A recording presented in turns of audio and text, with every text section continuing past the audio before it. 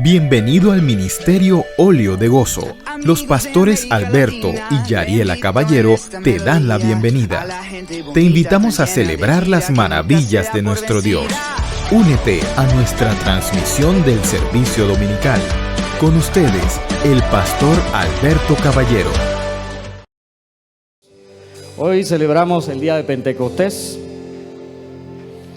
una fecha memorable para el pueblo del Señor. Es una fecha que marca el inicio del ministerio de la iglesia. El Espíritu Santo, como hemos estado predicando durante todos estos meses, guió a la iglesia en sus inicios para establecer las bases sobre la cual hoy nosotros descansamos y continuamos con el ministerio que Él dio a la iglesia en aquel día de Pentecostés. Sin el Espíritu Santo, la iglesia estaría indefensa ante los ataques, los obstáculos que el enemigo coloca delante de nosotros para estorbarnos. Por el poder del Espíritu, pues la iglesia puede vencer cada uno de ellos y hacer la obra que el Señor nos ha mandado hacer: ir y hacer discípulos a todas las naciones. Amén. Hoy vamos a continuar con nuestra serie del libro de Hechos, y para esto quisiera que me acompañasen al capítulo 17, Hechos capítulo 17.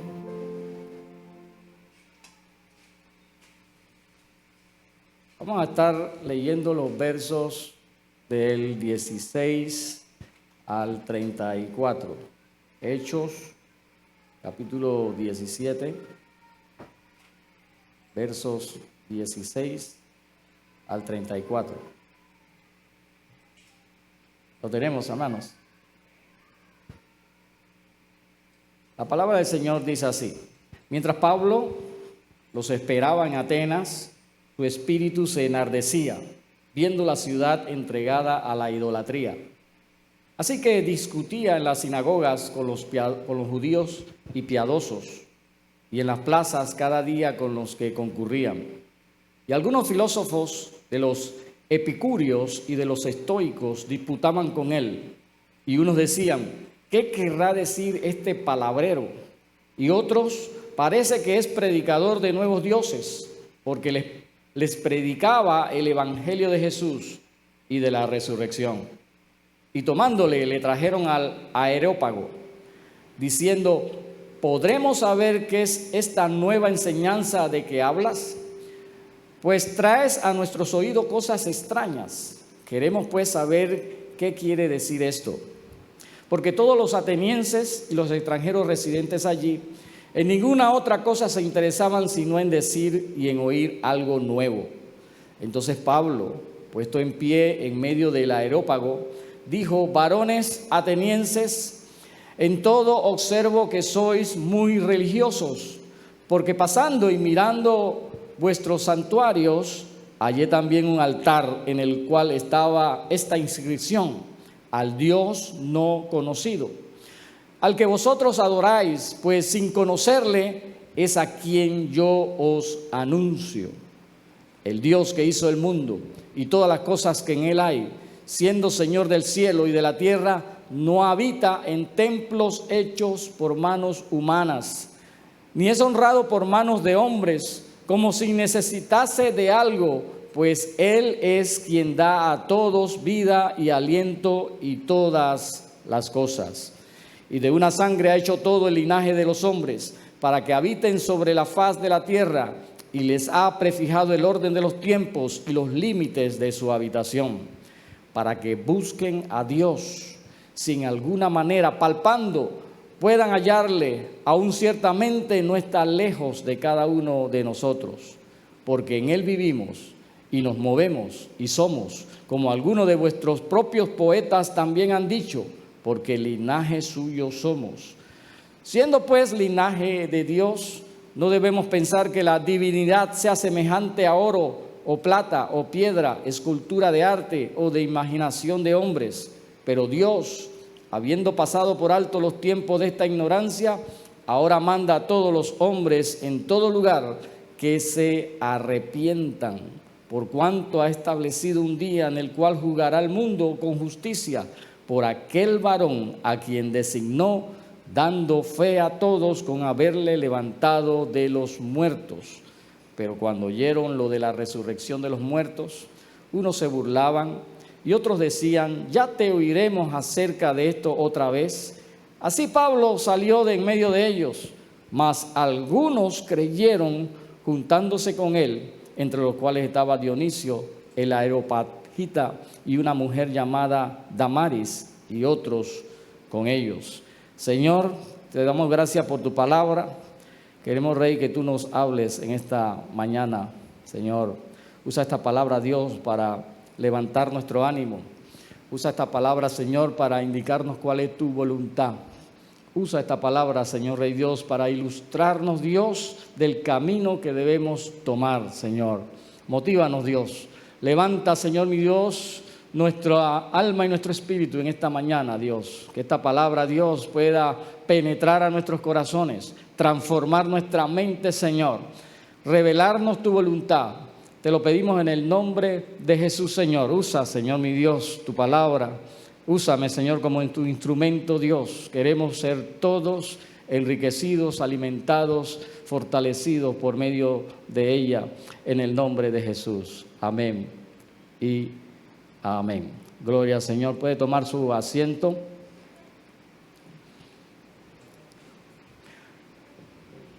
Debo confesarles que desde que empecé o tomamos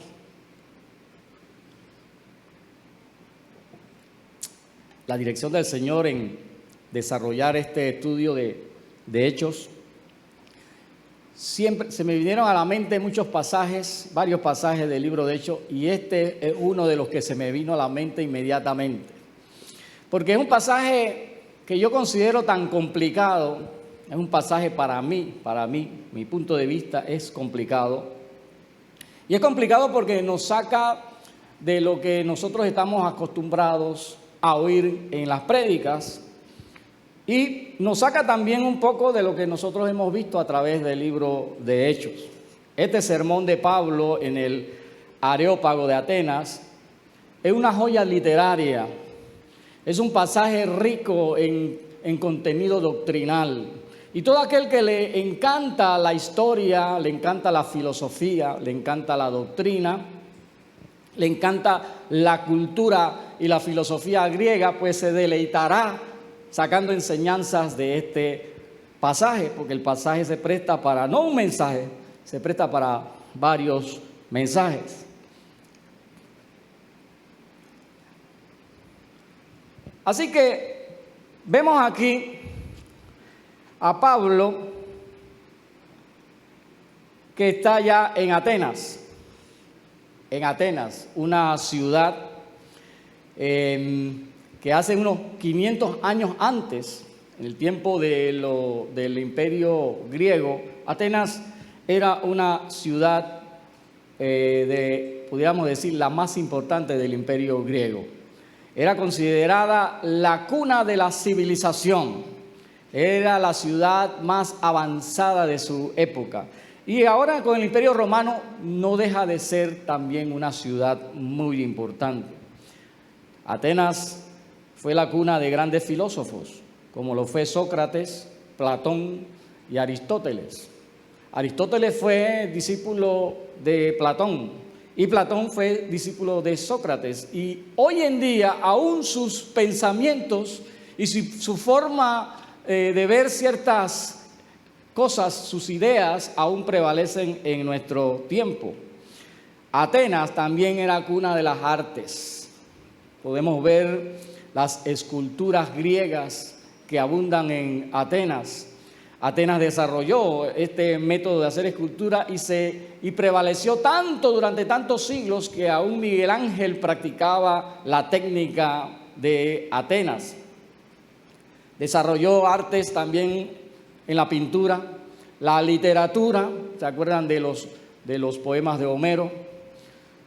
La arquitectura, impresionante la arquitectura griega que se vislumbra aún hoy en día en Atenas. Desarrolló la música, el teatro. También Atenas es considerada la cuna de la democracia que hoy nosotros, pues, que nos costó tantos años poder llegar así, hace algunos años atrás solamente, hace unos 22, 23 años que la democracia llegó a Panamá. Bueno, en Atenas hace 2500 años llegó la democracia.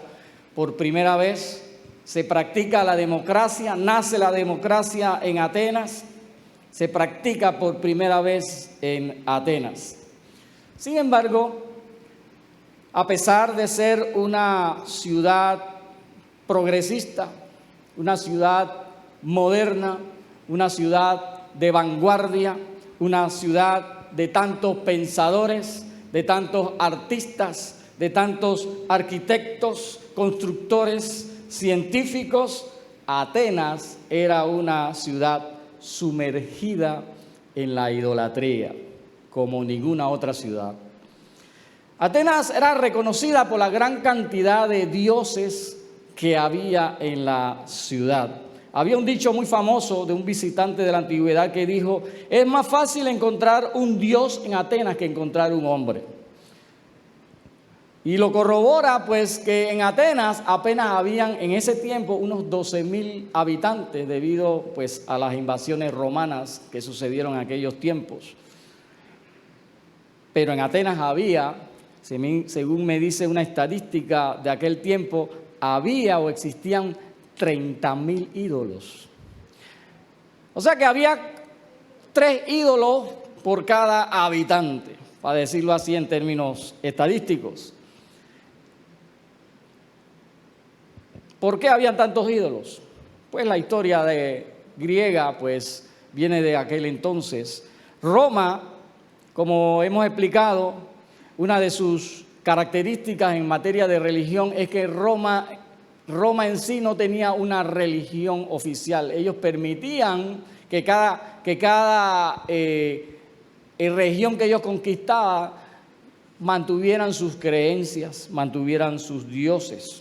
Eso ya lo hemos explicado. Cada quien creía lo que bien le parecía.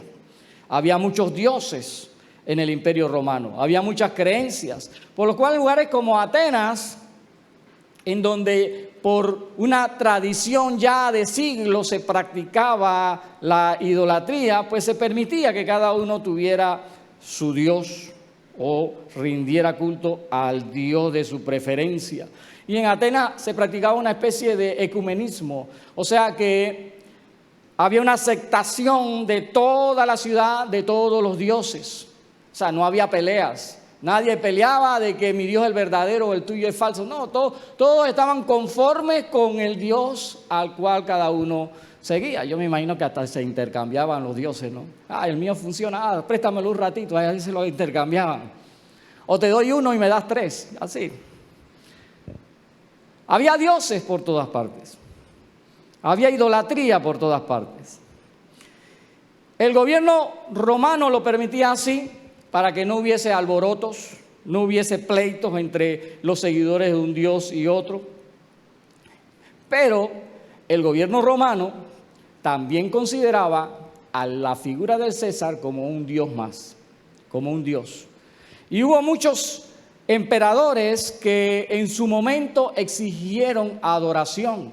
También le exigieron al pueblo que los adorasen a ellos, porque ellos también eran considerados dioses, igual como lo hizo muchos años antes el rey Nabucodonosor. Eso sí está en la Biblia, en el libro de Daniel. Para hacer fácil, entonces, este pasaje complicado para mí, vamos a hacerlo de manera textual, o sea que vamos a ir sacando enseñanzas a medida que vamos avanzando en el texto. Vamos a ver algunos principios que nos van a servir como iglesia, nos van a servir como creyentes que somos, como hijos de Dios, como ministros del Señor, que nos van a servir también en nuestras vidas ministeriales, en nuestro servicio a Dios. Y empezando el pasaje, nosotros podemos inmediatamente indicar, el pasaje primero nos dice que Pablo, estando en Atenas, ante la idolatría que él vio allí en Atenas, dice que su espíritu se enardeció. Y el texto, este texto de la Reina Valera, nos utiliza la traducción enardecer a la palabra griega paroxumo, que quiere decir literalmente, quiere decir aguzar junto a, o sea, quiere decir afilar algo, estar al lado de algo que se está afilando. Eso es lo que significa la palabra. Y la Reina Valera lo traduce como enardecer. En otras versiones de las Escrituras aparecen otras expresiones en lugar de enardecer, como Pablo estaba molesto. O otra dice, Pablo se indignó mucho, interiormente indignado, dice otra versión. O una versión dice, a Pablo le dolió en el alma ver tanta idolatría. Otra dice, le dio mucha tristeza. Porque para Pablo ver la idolatría no era algo común. Acuérdense que Pablo era un judío, y podemos decir de pura cepa, judío hasta la médula de los huesos. Así que ya los judíos en este tiempo no practicaban por lo menos no practicaban este tipo de idolatría. Recordemos que el pueblo judío durante toda su historia practicó siempre la idolatría, se inclinaba o se desviaba hacia otros dioses. Podemos recordar desde los tiempos de Moisés en el desierto, cuando Moisés, estando en el monte, teniendo comunión con Dios, Dios dándole las piedras, las tablas de la ley. Mientras Moisés estaba en eso, el pueblo pues en su ociosidad, en su ansiedad, le pidieron a Aarón que le construyera un dios. Y Aarón, pues viéndose presionado por el pueblo, les hizo un becerro de oro, y ellos terminaron adorando esa imagen, ese ídolo que Aarón les había fabricado. Y el pueblo de Dios durante su historia fue pasando como una montaña rusa. Se olvidaba de Dios por un tiempo y se inclinaba hacia los dioses paganos. Y lo pudimos ver en los tiempos de los jueces, también lo pudimos ver en los tiempos de los reyes. El pueblo se desviaba hacia la idolatría. ¿Cuándo el pueblo aprendió? Cuando sufrió la cautividad. El pueblo que salió de la cautividad ya aprendió definitivamente que había que dejar los ídolos a un lado. Cuando Jesús vino a la tierra, encontró ciertamente un pueblo de Dios muy religioso, muy aferrado a sus ceremonias, muy ceremonioso. Encontró un grupo de fariseos que enseñaban al pueblo realmente una religión que no se podía practicar, pero no encontró idolatría de esta forma. El pueblo practicaba otro tipo de idolatría, la idolatría moderna que hoy el mundo practica. Así que Pablo, al ver tantos ídolos, se enardeció. Él no estaba acostumbrado a ver ídolos a su alrededor, y mucho menos ver que toda una ciudad estaba inclinada a la idolatría. De repente nosotros sí estamos acostumbrados a ver ese tipo de conducta o de comportamiento, sobre todo en nuestros países latinoamericanos. La idolatría en nuestros pueblos es parte ya de nuestro entorno cultural.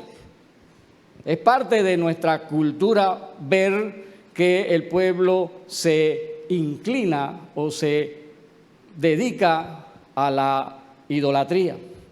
Porque hemos heredado tanto de los pueblos autóctonos, los indígenas que estuvieron aquí antes de la conquista, pues ellos tenían a sus dioses y tenían a sus imágenes, adoraban, adoraban astros, adoraban árboles, adoraban animales, adoraban tenían sus imágenes, tenían su idea de lo que era Dios en las cosas terrenales. Vinieron los conquistadores españoles y trajeron junto con ellos, pues, los ídolos, los santos que la iglesia tradicional, pues, trajo consigo. Ahora, la iglesia católica oficialmente no adora a las imágenes, las venera. Entonces, aquí hay un juego de palabras, porque muchas veces nosotros aplicamos la idolatría cuando se adora algo, y no necesariamente usted puede practicar la idolatría adorando algo. Usted puede, todo lo que sustituye o se coloca en el lugar de Dios es un ídolo, aunque usted no lo adore. Pero si le presta atención, es el centro de su vida, etcétera, etcétera.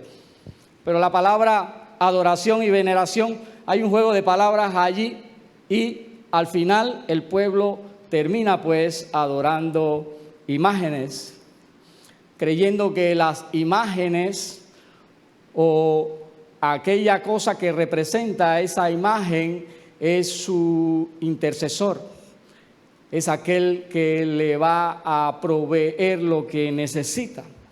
Pues la palabra de Dios es clara de que nosotros tenemos un solo mediador entre Dios y los hombres, y ese es nuestro Señor Jesucristo. 1 Timoteo 2:5. Un solo mediador. Jesús intercede por nosotros, dice el libro a los Romanos, la carta a los Romanos. Él intercede por nosotros. Él está sentado a la diestra de Dios intercediendo por nosotros. Y cuando hablamos de espíritu, nosotros tenemos un solo espíritu que nos guía, el Espíritu Santo. Un solo espíritu al cual invocamos, el Espíritu Santo de Dios. No hay otro espíritu. En el mundo espiritual no tenemos otro espíritu que el Espíritu Santo. Él es el que nos guía, a Él nos dirigimos, Él es el que nos revela las cosas de Dios, Él es el que está con nosotros, Él es el que nos consuela, Él es el que nos habla, Él es el que nos revela la voluntad de Dios en su palabra, es el Espíritu Santo, más nadie. Eso lo debemos tener claro, pues si no lo tenemos claro podemos caer pues en la idolatría. También podemos ver algo en Atenas, en la idolatría de Atenas, y es que la idolatría no está asociada al subdesarrollo, como algunos piensan. No, lo que pasa es que los países subdesarrollados practican la idolatría. No, Atenas no era una ciudad subdesarrollada, era una ciudad de vanguardia, era una ciudad moderna, era una ciudad avanzada, pero practicaban la idolatría. Sumergida en la idolatría, entregada a la idolatría. Es por eso que Pablo, su espíritu se enardeció por eso. Su espíritu se enardece. Y vamos a hablar un poquito de esto, de qué fue lo que pasó dentro de Pablo en cuanto a que su espíritu se enardeció. Pablo, al ver esta idolatría que reinaba a su alrededor, en su interior Pablo sintió como que algo lo molestaba en su interior. Y como dijimos, enardecer significa cuando tú estás al lado de algo que se está afilando. Pudiéramos decir, en buen panameño, como que la olla por dentro está hirviendo, algo se está cocinando por dentro. Eso es lo que significa la palabra. Algo se está, como un volcán que está a punto de hacer erupción. Eso es lo que sucedía dentro de Pablo. Pablo en su interior sentía una molestia, sentía un enojo dentro de su interior. Pablo se enardeció. Y queremos pues aclarar de que Pablo se molesta no con las personas de la ciudad que eran idólatras, sino que su molestia, y me encanta una versión que dice que se entristece, o sea, su molestia era contra la idolatría, no contra los idólatras. Se estaba cocinando algo por dentro de Pablo.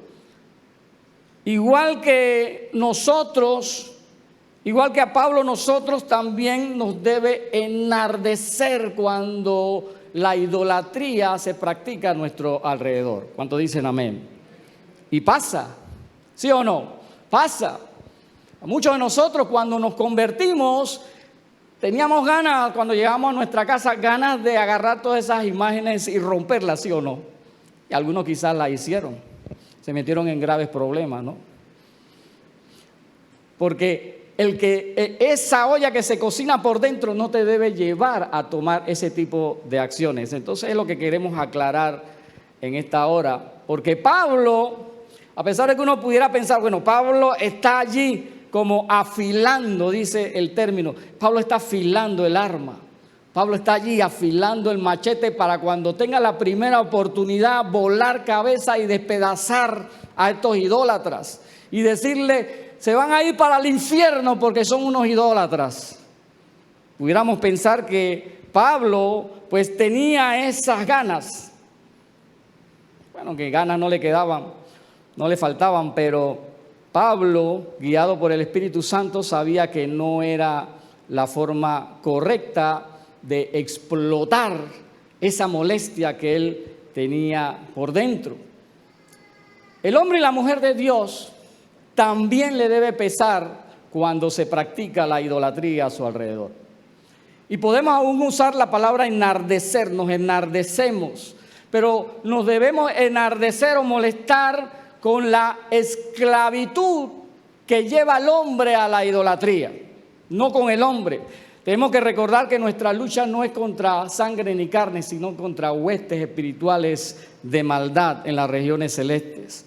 Por lo tanto, nosotros debemos ver a la gente que está inmersa en la idolatría, sea la idolatría tradicional o la moderna, porque hay idolatría moderna, porque muchas veces nosotros entendemos la idolatría solamente como aquel que tiene una imagen y le adora, o tiene un nicho y ahí le prende velas.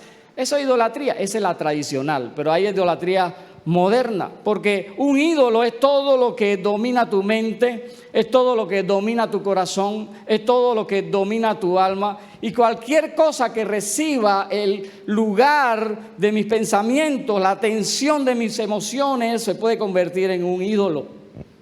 ¿Y qué cosas pueden ser ídolos? Pues el dinero puede convertirse en un ídolo, la fama, el sexo, el éxito, el tener un buen nombre, el poder, el ser poderoso o poderosa, se puede convertir en un ídolo. Y aún pueden ser cosas que nosotros no consideramos que sean malas en sí mismas. Por ejemplo, el trabajo, mi negocio, mi profesión, mi cuerpo. Los varones que se ven a cada rato en el espejo para ver cuántos músculos han sacado, o las mujeres cuántas curvas han desarrollado, se puede convertir tu cuerpo en tu ídolo. El novio o la novia. Aún el líder o el pastor o la pastora se pueden convertir en ídolos para ti. Aún tu ministerio se puede convertir en ídolo, porque idolatramos el ministerio y nos hemos olvidado de adorar a aquel que nos llamó al ministerio. Todo lo que pueda reemplazar a Dios como el centro, el eje de nuestra vida, la razón de nuestra existencia, eso es un ídolo. Es un ídolo.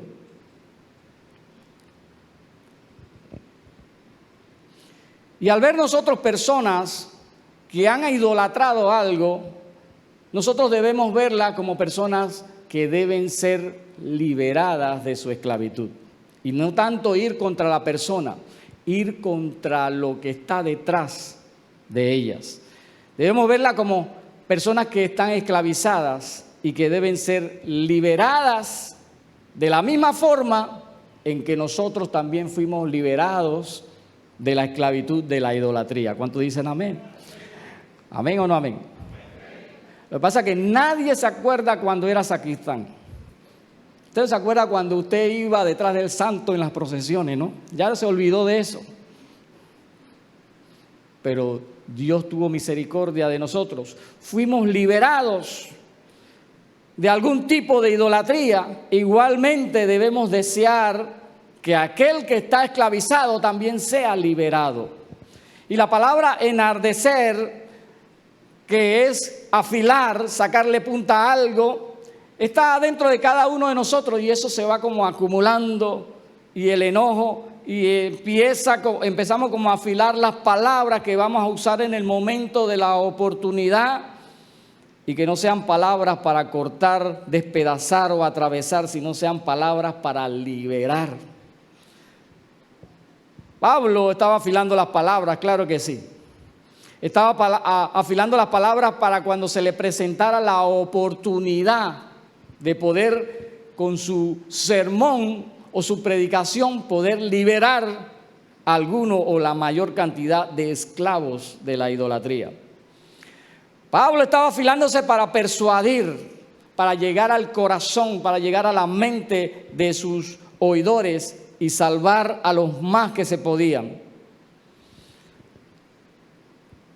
Cuando nos enardecemos no debemos ir contra las personas, sino contra la práctica, contra el engaño de nuestro enemigo Satanás, de hacer que los hombres de este tiempo coloquen cosas, personajes, pensamientos en el lugar que le corresponde a Dios. Eso es lo que debemos hacer cuando nos enardecemos.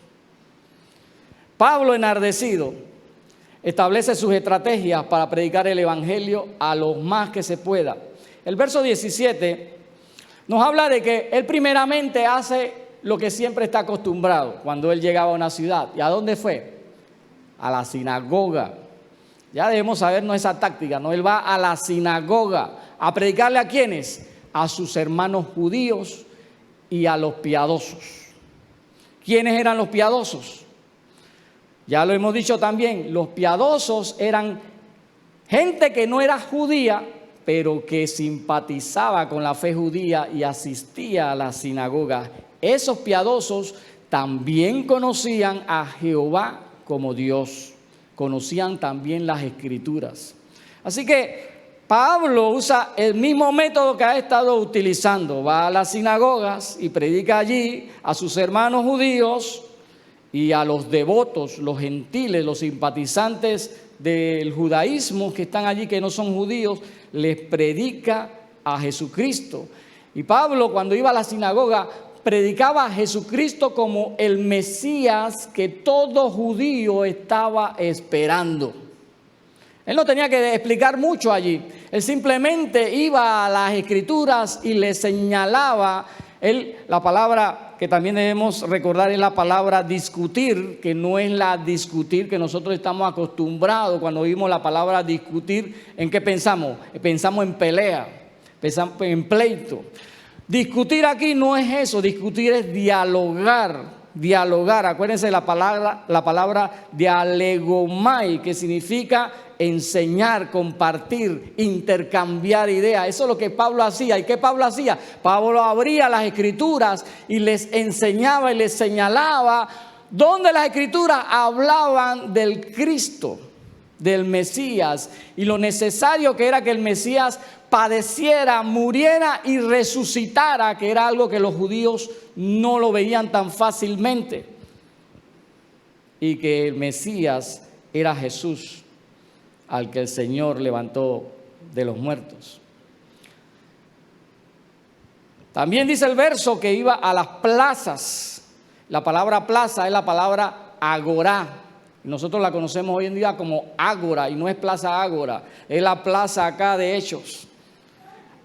Plaza o mercado también se puede traducir. Era donde la gente iba a comprar. Allí Pablo entonces predicó en las sinagogas e iba a predicar en las plazas. En las plazas, por supuesto, que en las plazas no eran judíos, eran griegos, eran atenienses, eran idólatras. No eran gente que conocían las Escrituras, no conocían a Jehová como Dios. Así que Pablo allí en la plaza, en la agorá, Pablo les predica. Y cuando Pablo les predica, esta gente no entendía. Las palabras de Pablo para ellos no tenían mucho sentido. Ellos decían que Pablo estaba hablando un palabrero, dice la Reina Valera, palabrero. Que Pablo, en otras versiones dice, Pablo era como un charlatán, hablando cosas que no entendemos. Sin embargo, la gente le interesaba lo que Pablo estaba diciendo. ¿Por qué? Porque el texto nos dice que una de las características de los atenienses es que eran fanáticos de todo lo nuevo que venía. Cualquier cosa nueva que alguien dijera, le prestaban atención porque a ellos les encantaba lo novedoso. ¿No se parecen a nosotros? Esta generación es igual, ellos eran iguales a nosotros. Nosotros somos una generación de la novedad.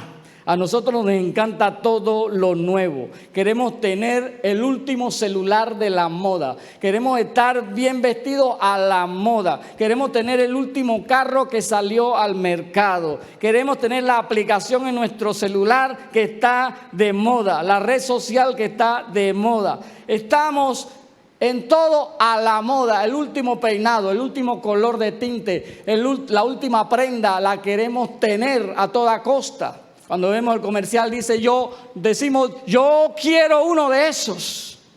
No quiero quedarme atrás. Quiero estar al día, actualizado. Hoy vivimos la moda de las primicias. Y no estoy hablando de la ofrenda de primicia, porque de eso sí no se trata.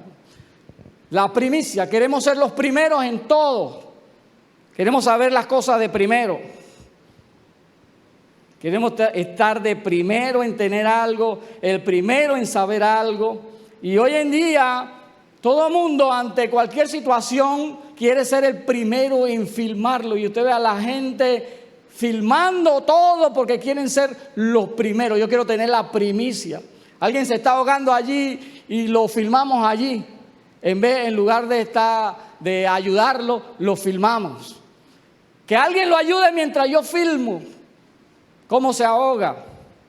Queremos ser los primeros en compartir la noticia.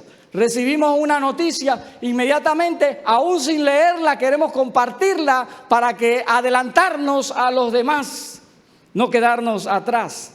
Pues los atenienses eran del mismo pensamiento. Todo lo nuevo ellos querían saberlo. Todo lo nuevo le prestaban atención. Y entre los que escuchaban, habían dos tipos de grupos filosóficos.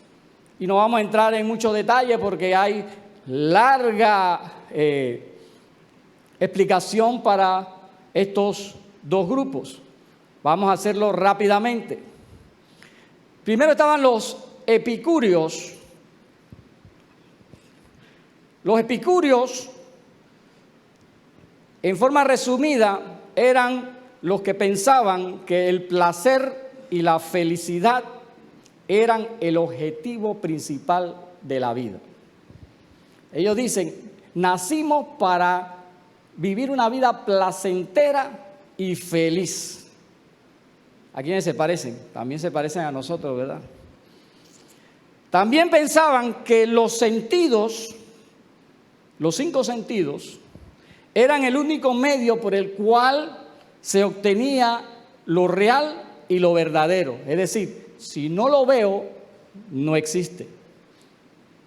Si no lo veo, no existe. Si no lo oigo, no existe. Si no lo puedo tocar, no existe. Lo real y lo verdadero era lo que sus sentidos le indicaban. Por lo tanto, la felicidad y los placeres de la vida solamente provenían de lo que sus sentidos podían brindarle. También se parecen a mucho a esta generación. Estas personas,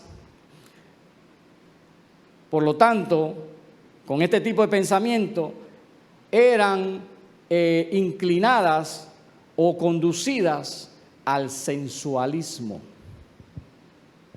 Ellos evitaban al mínimo el dolor y las preocupaciones.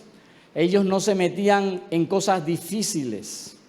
Ellos no querían sufrir. Ellos, su objetivo era el placer, la felicidad. Ellos creían en los dioses, pero pensaban que los dioses no se preocupaban mucho por lo que ellos, por su entorno humano acá abajo. O sea, que los dioses estaban ocupados en otras cosas y cada uno acá abajo tenía que defenderse como pueda. Parecido al pensamiento de hoy, ¿verdad? Dios está ocupado. Dios está en lo suyo. Dios nos dejó aquí para que cada uno se defienda como pueda. Ese es el pensamiento de hoy en día. Por lo tanto, ellos no creían o no pensaban en la muerte, no creían tampoco que había vida después de la muerte. Eso significa de que ellos tenían que aprovechar esta vida para disfrutar de todos los placeres que hubiese en esta tierra. Se parecen mucho a esta generación. Yo veo claramente esta generación reflejada en este tipo de pensamiento. O sea que nosotros estamos rodeados de epicúreos. El otro grupo eran los estoicos. Y los estoicos, para ellos la felicidad humana estaba basada en el ejercicio de la virtud. Y eso era a través de una buena conducta. Ellos eran muy moralistas. Eran como lo contrario al otro grupo. Ellos, en el ejercicio de su virtud, entendían que su vida estaba dedicada a servir a los demás y de una manera desinteresada. Para ellos la felicidad estaba basada en ser buenas personas, practicar las buenas costumbres. Hasta aquí los estoicos parecen como buena gente, ¿no? Hasta algunos pensaron, ojalá yo fuera estoico, pues. Así debemos ser los cristianos, pues. Pero los estoicos eran panteístas, es decir, todo es Dios. Dios está en todas las cosas. No es que Dios está en todas partes. Dios está en todas las cosas. Un árbol era Dios, un animal era Dios. La silla donde está, eso es un Dios también. Todo es Dios, es todo. Por lo tanto, ellos pues creían en muchos dioses. La naturaleza, el universo y Dios, todo era uno. Creían en muchos dioses.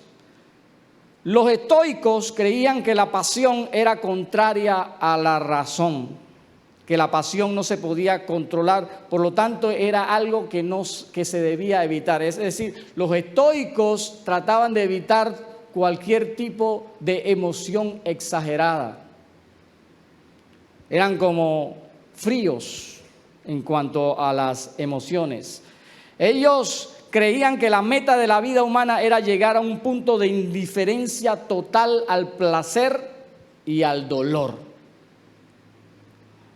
Por lo que ellos suprimían toda expresión de emoción, sea de alegría o sea de dolor. Por eso que en estos tiempos nosotros decimos o llamamos estoicos a aquellas personas que sufren sin quejarse. Cuando tú ves a alguien sufrir sin quejarse, hoy tú eres estoico. No te quejas. O aquella persona que se alegra sin demostrar alegría. Estoy riéndome por dentro.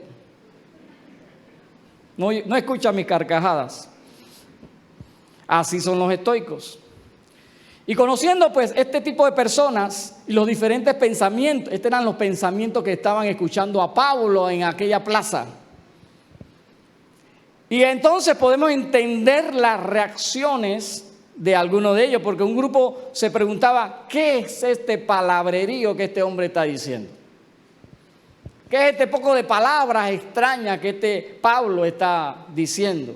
Y otro grupo decía, es un predicador de nuevos dioses. ¿Qué estaba haciendo Pablo? Pues la palabra, el texto nos dice que Pablo predicaba a Jesús y la resurrección. Y ese es el mismo mensaje que hemos estado oyendo a través de todo el libro de Hechos. Y usted dirá, pastor, nuevamente el mismo mensaje. Nuevamente el mismo mensaje, mis hermanos. Él predicaba a Jesús y la resurrección.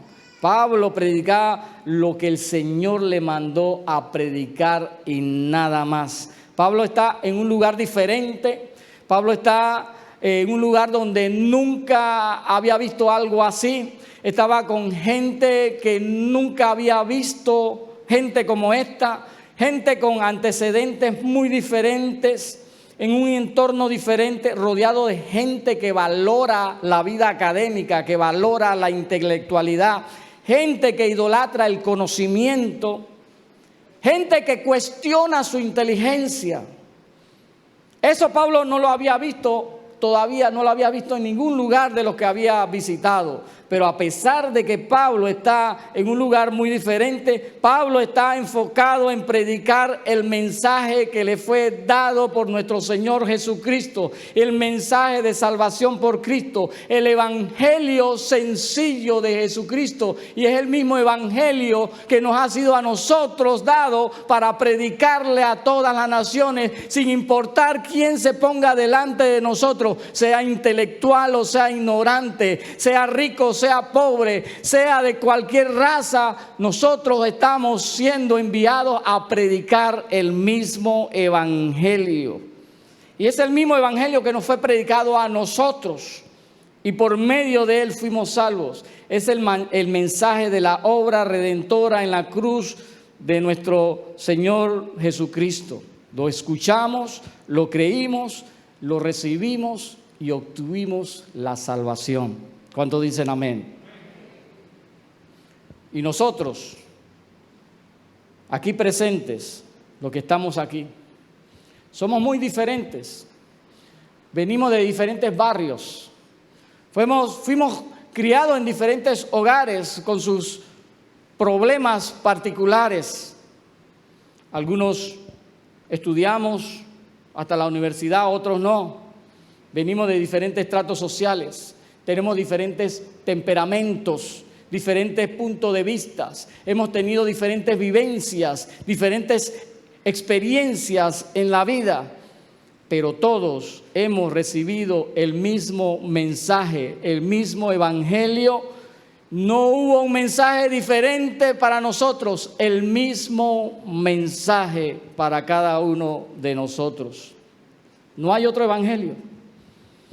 Todos llegamos a Cristo como quien llega al pie de su cruz, a ese nivel. Llegamos juntos. No fuimos separados por clases sociales, no fuimos separados por estatus económico, no fuimos separados por raza, no fuimos separados por idiomas, no fuimos separados por nuestro nivel académico. Todos llegamos a los pies de Cristo.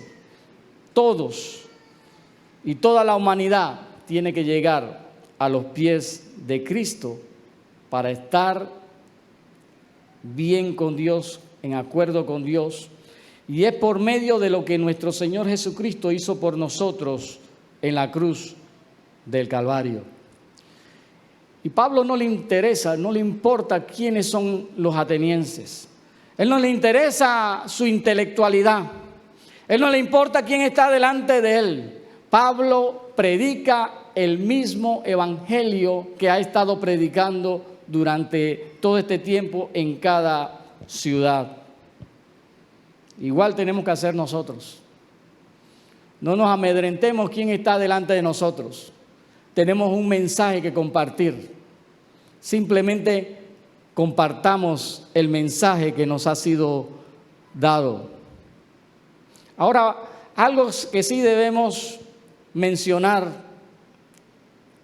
y analizar es que Pablo sí sabe identificar a su audiencia y sabe acomodar las palabras según el tipo de personas a las cuales él está hablándole.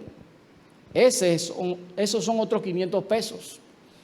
Porque tú puedes cambiar el método, tú puedes cambiar la estrategia, incluso puedes cambiar las palabras, pero el mensaje es el mismo. ¿Cuántos dicen amén? Es el mismo mensaje.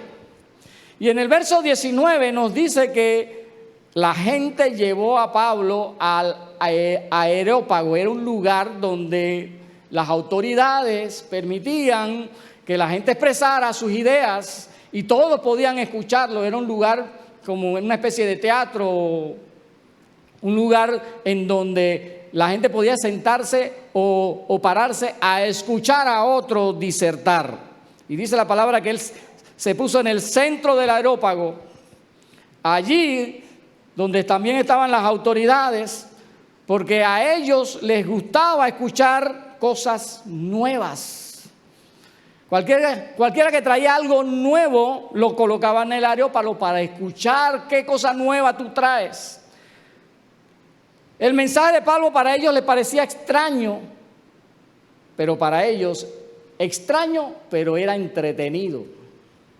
Querían saber más de lo que Pablo estaba enseñándoles. Ellos tenían lo que conocemos hoy como la mentalidad del espectador. El espectador, aquel que quiere ser entretenido. Y lamentablemente mucho pueblo de Dios hoy en día tiene ese tipo de mentalidad, la mentalidad del espectador. Quieren que el predicador los entretenga durante una hora. Les gusta escuchar cosas nuevas, cosas entretenidas. Por eso cuando predicamos el evangelio, muchas veces la gente piensa, lo mismo pastor va a predicar, pues lo mismo predicaré porque es lo que se me ha dado para predicar. No he venido a entretener a la gente, vengo a predicar el mismo mensaje que me ha sido dado. Es bueno tener una mentalidad investigadora. Es bueno prestar atención a algo que tú no habías escuchado antes, cosas nuevas. Pero puede ser una trampa cuando nosotros buscamos cosas novedosas, pero no con la intención de que esas cosas novedosas impacten nuestra vida, sino simplemente por la curiosidad del gato. Yo quiero saber. Ya sé, ok, ya sé. No. Las revelaciones de la palabra de Dios, las cosas que no habíamos escuchado, son cosas para impactar y transformar nuestro pensamiento. No es cultura general, no es conocimiento humano, son palabras escritas y puestas allí por la inspiración del Espíritu Santo para transformar y revolucionar nuestro pensamiento, cambiar nuestra forma de pensar, cambiar nuestra conducta, crecer en el Señor. Así que Pablo claramente discernía cuál es la intención carnal y superficial de su audiencia. Por eso es que Pablo se manda un mensaje diferente al que habíamos escuchado de la boca de Pablo. Y Pablo empieza su mensaje no como lo hizo, como lo hacía en la sinagoga, apelando a las Escrituras. Esta gente no sabe nada de Biblia. Esta gente no conoce a Jehová Dios. Entonces Pablo empieza apelando al espíritu religioso que tenían los atenienses. Él le dice, he notado, mire que Pablo no le dice, he notado que ustedes son unos idólatras. No, Pablo le dice de manera tranquila, he notado que ustedes son muy religiosos. Ya se los ganó, ¿verdad? Ya se los ganó. He notado que ustedes son muy religiosos. Y yo quiero hablarles como religiosos. Eso es lo que Pablo inmediatamente capta la atención de sus oidores. Pablo no toma ninguno de los dos extremos que hubiera podido tomar. Uno pudiera haber sido, yo he notado que ustedes son unos idólatras y por eso se van a ir al infierno. No dijo eso. O el otro extremo hubiera sido, yo he notado que ustedes pues les gusta mucho la religión, así que yo les he venido a compartir de religión y ya terminé mi trabajo, porque ya ustedes son religiosos. Ninguno de los dos extremos. El trabajo de Pablo era predicar el evangelio de Cristo a esos oidores, a los atenienses. Enseñarles qué hizo Jesús por ellos en la cruz del Calvario. Persuadirlos de que la religión fuera de Cristo es dañina. La religión puede alejar al hombre de Dios. Eso es lo que Pablo quiere enseñarles. Y eso es lo que nosotros debemos aprender hoy en día. La religión puede alejar al hombre de Dios. El hombre piensa que por medio de la religión se puede acercar a Dios. La religión puede alejar al hombre de Dios. La religión lo aleja más y más de Dios. Y Pablo entonces parte de esto de la religión y dijo: aún encontré un altar dedicado al Dios no conocido. Mira, habían tantos altares en Atenas. Ellos hacían altares para todos los dioses que ellos conocían. Los 30,000 dioses hacían altares para ellos. Pero mira cuál es su pensamiento de poder satisfacer a los dioses. Que en su pensamiento ellos decían, o le venía la idea: ¿será que se nos olvidó alguno? ¿Será que dentro de nuestra lista faltará algún Dios que no hemos considerado? Entonces ellos construyen altares, y hay una historia en esto sobre unas ovejas. Había una plaga en Atenas y ellos, para satisfacer a los dioses, porque había tantos dioses que ellos no sabían cuál es el Dios que mandó la plaga. Entonces había que satisfacer a todos los dioses, y toman una gran cantidad de ovejas y las sueltan en la ciudad.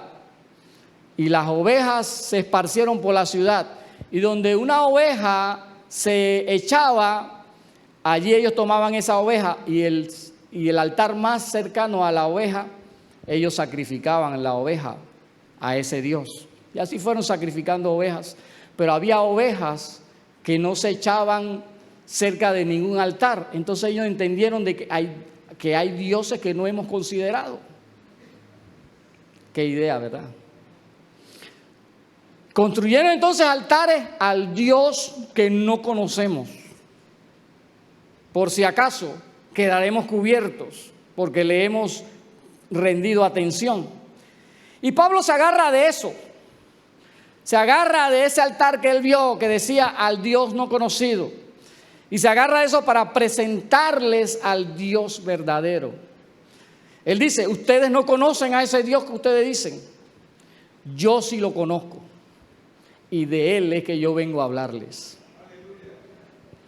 Y Pablo continúa en su mensaje. Dice: ese Dios, el Dios que hizo el mundo y todas las cosas que en él hay, siendo Señor del cielo y de la tierra, no habita en templos hechos por manos humanas. Seguramente Pablo, allí desde el centro del Areópago, elevaba su voz y quizás señalaba algunos templos majestuosos, templos griegos que estaban alrededor, y les dijo: no es honrado por manos, no es el Dios que puede habitar en templos hechos por manos humanas.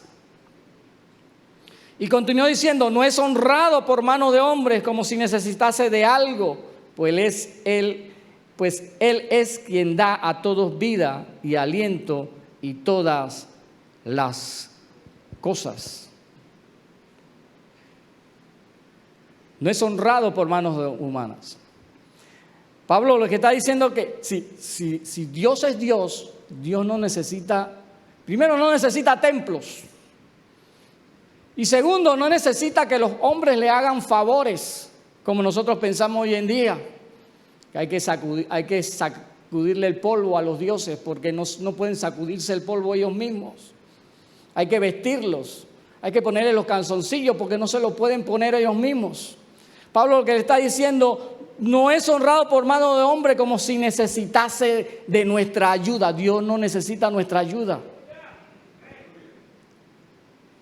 Y es interesante que Pablo menciona la palabra Dios, y cuando Pablo menciona la palabra Dios, Pablo sabe que todos los oyentes, ¿de quién están pensando? Están pensando en Zeus, están pensando en Apolos, están pensando en Artemisa, están pensando en sus dioses, la idea que ellos tienen de Dios.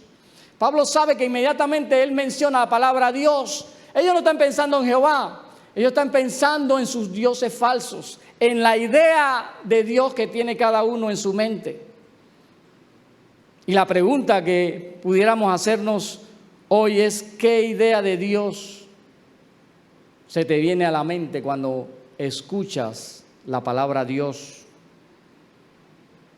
¿Cómo sabemos que esa idea que tenemos en nuestra mente es correcta o no? Y es importante para el ser humano tener una correcta concepción de Dios en su mente, porque la idea que nosotros tengamos de Dios, eso va a determinar cómo es nuestro pensamiento,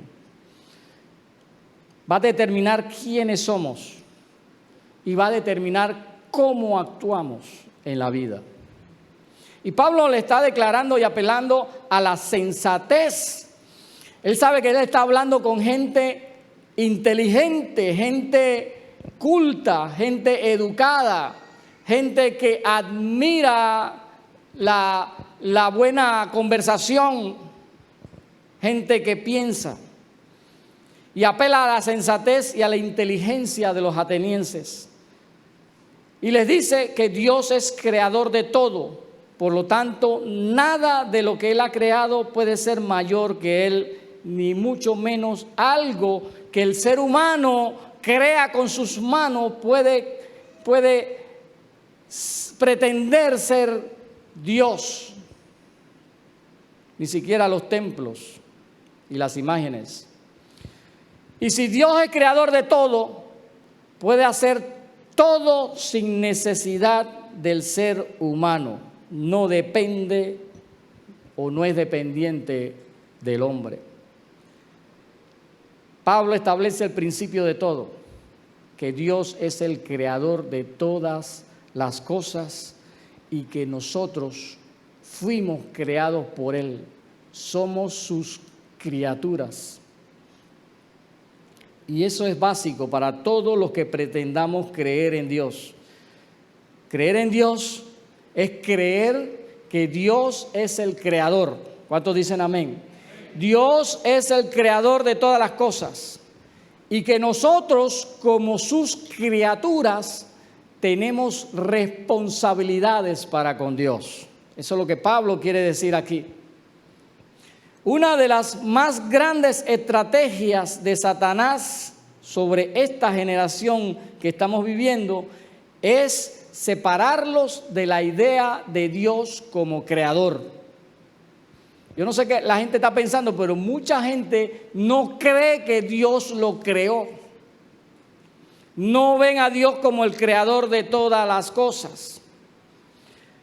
Tú debes creer que Dios es el creador de todas las cosas y creer que Dios te creó a ti, que tú no eres producto de la casualidad.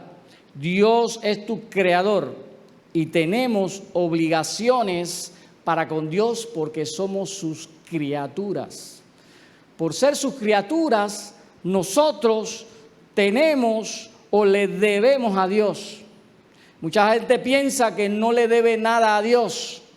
Es más, mucha gente piensa que Dios le debe a ellos, cuando es lo contrario. Y Pablo quiere borrar el pensamiento de estos filósofos, la idea errada que tienen de Dios. Quiere hacerlo entender que lo que ellos opinan de Dios no importa. La concepción correcta de Dios es lo que por medio de sus escrituras Dios nos revela a nosotros. ¿Quiere conocer a Dios? Lee la Biblia. No te pongas a imaginarte cómo es Dios. Lee la Biblia. Lee la Biblia. Muchos empiezan bueno, pero es que Dios debe ser así, Dios debe ser asado. Lee la Biblia y entenderás quién es Dios. Es por eso que Pablo continúa diciendo, y de una sangre ha hecho todo linaje de los hombres, para que habiten sobre toda la faz de la tierra, y les ha prefijado el orden de los tiempos y los límites de su habitación. Y el 27 dice, para que busquen a Dios. Dios creó al hombre ¿para qué? Para que el hombre lo busque. Lo busque. Si en alguna manera palpando puede hallarle, aunque ciertamente no está lejos de cada uno de nosotros. Fuimos creados por Él y puestos en esta tierra. Dios nos dio tiempo y espacio para que le busquemos. Y lo que Pablo quiere decir que Dios no está escondido, está más cerca de lo que imaginamos. La pregunta que debemos hacernos cada uno de nosotros, si nosotros estamos buscando a Dios, porque para eso fuimos creados. Fuimos creados para buscar a Dios. ¿Estás buscando a Dios? Si tu respuesta es no, la pregunta es ¿por qué no estás buscando a Dios? Porque cada hombre creado por Dios tiene la obligación de buscar a Dios. Isaías 55:6, el profeta decía: buscad a Jehová mientras pueda ser hallado, llamarle en tanto que está cercano. Y en el verso 28, Pablo cita a dos poetas griegos. Eso yo no lo sabía. Pablo, en el verso 28, cita a dos poetas griegos. Al primero que cita es a Epiménides, que dijo: en él vivimos y nos movemos y somos. Eso fue inspiración de Epiménides. Y también de otro poeta griego, de Arato de Cilicia, que dijo: linaje suyo somos. Y vemos la técnica que usa Pablo. ¿Pablo qué está usando? Pablo está usando los mismos pensamientos de ellos, los mismos poetas de ellos, los mismos escritores de ellos, como diciéndole: ya yo leí lo que ustedes saben. Así que lo que yo les estoy diciendo es lo que ustedes no han leído ni saben. Pero lo que ustedes saben ya yo lo sé. Pablo está construyendo un puente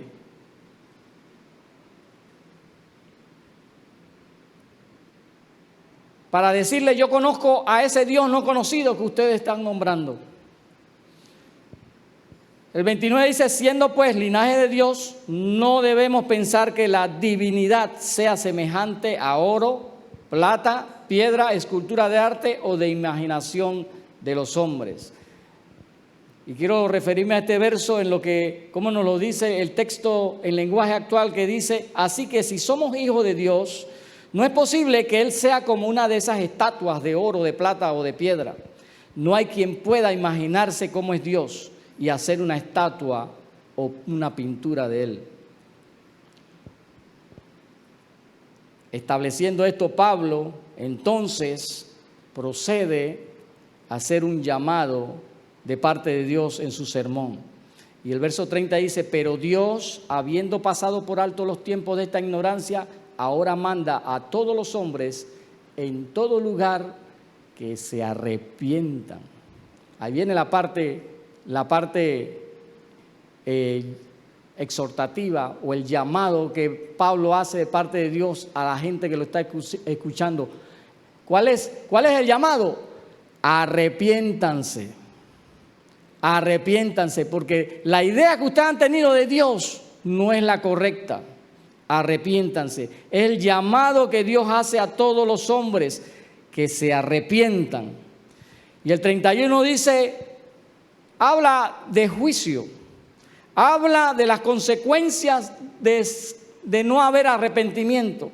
Y dice: por cuanto ha establecido un día en el cual juzgará al mundo con justicia por aquel varón a quien designó, dando fe a todos con haberle levantado de los muertos. Si vemos el sermón de Pablo, es progresivo. Primero, él declara quién es Dios. Dios es el creador de todas las cosas. Segundo, él declara quiénes somos nosotros. Nosotros somos sus criaturas, fuimos creados por él y tenemos una responsabilidad. ¿Y cuál es? Buscarle.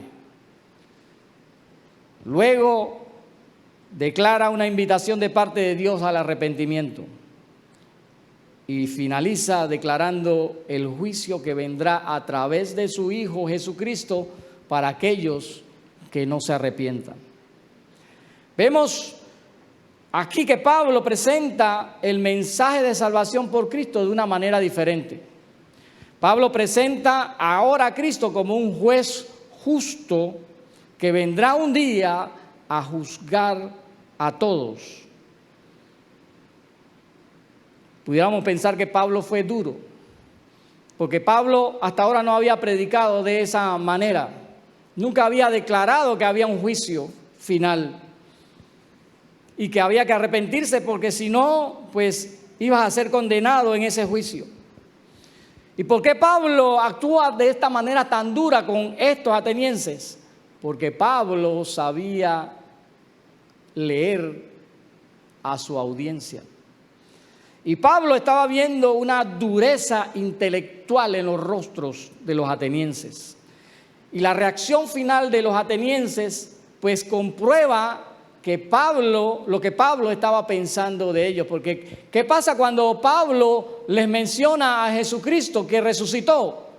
Dice la palabra que ellos se burlaron de él.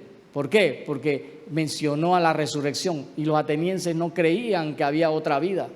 No creían en la resurrección de los muertos. Así que cuando él menciona la resurrección de Cristo, ya los atenienses empiezan a burlarse de él. Ya viene nuevamente con esto de la resurrección Pablo. Pero Pablo fue claro en hablarles del juicio de Dios que caería sobre ellos en el día del juicio. Ya estaban advertidos. Ya no podían decir ese día, es que nadie nos predicó. No, Pablo te predicó. Pablo te dijo, arrepiéntete. Pablo te dijo, hay un Salvador, sálvate. Pablo te habló de arrepentimiento. Tú estabas advertidos. No hay excusa delante del Señor. Y es así. Hay ocasiones en que la gente debe saber que habrá un juicio en donde daremos cuentas a Dios de lo que hicimos con el mensaje de salvación que recibimos. No podremos decir, nadie me habló, porque yo te estoy hablando hoy en día. No podrás decir, nadie me habló de Jesucristo. Yo te estoy diciendo que Jesucristo es el que salva. Yo te estoy diciendo que Jesucristo murió en la cruz del Calvario para salvarte. Yo te estoy diciendo que Jesucristo resucitó al tercer día para darnos vida eterna. Yo te estoy invitando a que te arrepientas y aceptes a Cristo como el Señor de tu vida y el Salvador de tu alma. No tienes excusas para ese día. Tú lo has oído hoy. Cristo murió en la cruz para pagar la deuda de nuestros pecados. Resucitó para darnos vida eterna juntamente con Él. Esa es la salvación que Jesús te ofrece hoy. Y ese mismo Cristo es el que vendrá como juez y te pedirá cuentas sobre qué hiciste con la invitación que hoy te estamos haciendo. Al final del pasaje, Pablo se retira. Se retira en medio de burlas. Él hubiera querido hablarle más acerca de Jesús, pero la gente ya se burlaba de él. Sin embargo, es interesante lo que el verso 34 nos dice. Dice que a pesar de eso, algunos creyeron. Algunos creyeron. Y eso nos debe enseñar a predicar sin temor lo que el Señor nos ha dado. Nosotros no somos lo que salvamos, nosotros somos lo que predicamos. Tú no eres Jesús, tú no eres el Espíritu Santo, tú solamente eres un pregonero. Tú eres uno que levanta la voz, tú eres uno que da testimonio, tú eres uno que riega la semilla. La semilla caerá en el terreno adecuado y echará raíces profundas, crecerá y dará fruto en su tiempo. Nosotros predicamos. Cristo es el que salva. ¿Ya conoces nuestro canal ODGTV? Accesa ya al link en la bio de Instagram y mantente en contacto con una palabra de gozo y alegría para tu vida. No te pierdas este viernes a las 7:30 de la noche y el domingo a las 10 de la mañana. Estaremos en vivo. Que Dios te bendiga. Mi casa es tu casa, todo lo que tengo es tuyo, aquí en la tierra.